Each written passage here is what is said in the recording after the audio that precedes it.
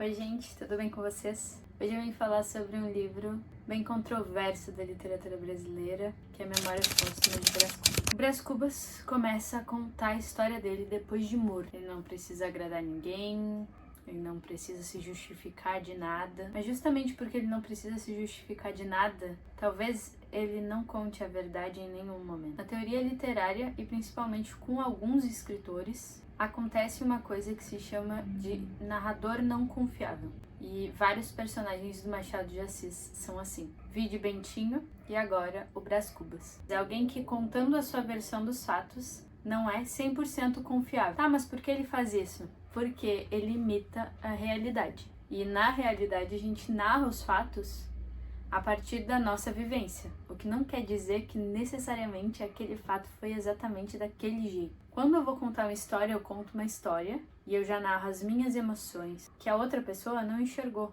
Então isso não fez parte necessariamente do fato. Eu poderia dizer, por exemplo, fulana foi grossa comigo. E a fulana não foi grossa, ela só falou séria. Mas eu me senti desrespeitada naquele momento. Então isso acontece muito nas narrativas do Machado de Assis. Não é necessariamente uma mentira, mas é uma distorção da realidade. Então quando a gente fala do Machado de Assis, a gente tem que ler com uma espécie de visão contra o narrador. E quando a gente fala do Brás Cubas não era uma pessoa muito confiável e muito menos inocente. Quando ele narra a vida dele, ele narra sem culpa nenhuma. Ele conta as coisas como aconteceram, as malandragens, sem o mínimo desconforto, sem a mínima culpa. Ele não é muito de ocultar o que ele fez, ele mostra mesmo, mas não tem problema nenhum com isso. Fala de escolhas duvidosas, de relações ruins. Então ele não esconde, mas ele altera o valor daquilo que ele fez, tratando como se fosse um grande feito, uma grande atrocidade que ele cometeu. Então o que poderia aparecer como falha, como erro, como culpa,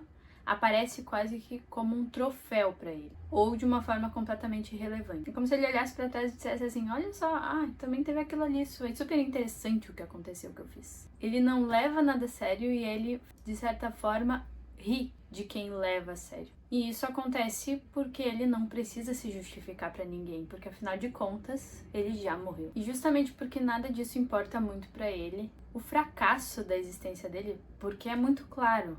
Enquanto o Brás Cubas vai narrando os grandes feitos que ele fez e as coisas mais interessantes que ele fez, a única coisa que tu consegue perceber é ele não construiu absolutamente nada. A vida dele foi um fracasso. E ele trata esse fracasso como se fosse uma grande realização. Ele apresenta essa ausência de qualquer atitude louvável como um grande marco. E o que poderia ser considerado mediocridade surge como se fosse sofisticação. Então ele não está mentindo sobre os fatos, mas ele está contando a partir da perspectiva dele e tratando como se fosse um grande feito. Só que isso é incrível, porque enquanto a gente vai lendo, a gente vai percebendo que aquilo ali é pura mediocridade, é uma vida horrível. E essa é a parte mais incrível do livro, porque fazendo isso, Machado de Assis nos escancara a nossa própria falsidade, nossa própria hipocrisia. E o quanto muitas vezes a gente é um Brás Cubas, sendo medíocre e achando que faz grandes coisas, sendo que faz coisas mínimas. E quando vê, nem quis fazer de fato, mesmo as boas ações nem foram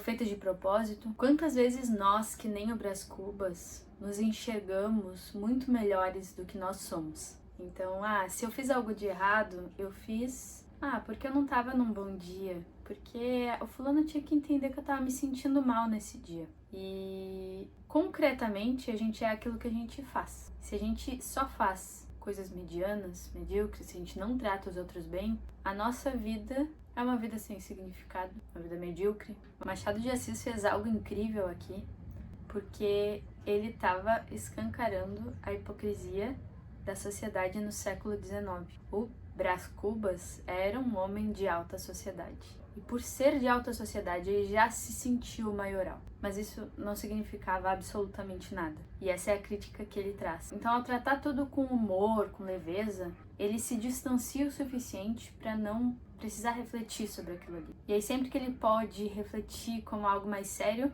ele usa a ironia como uma forma de escapar disso. E o narrador se coloca quase como um observador mesmo. Fala como se fossem fatos curiosos, como situações interessantes, e usa a ironia e essas coisas todas como fuga da própria experiência. Quase como tornando a coisa impessoal. E ao não se comprometer, ele não precisa se julgar. Tá narrando uma pessoa real.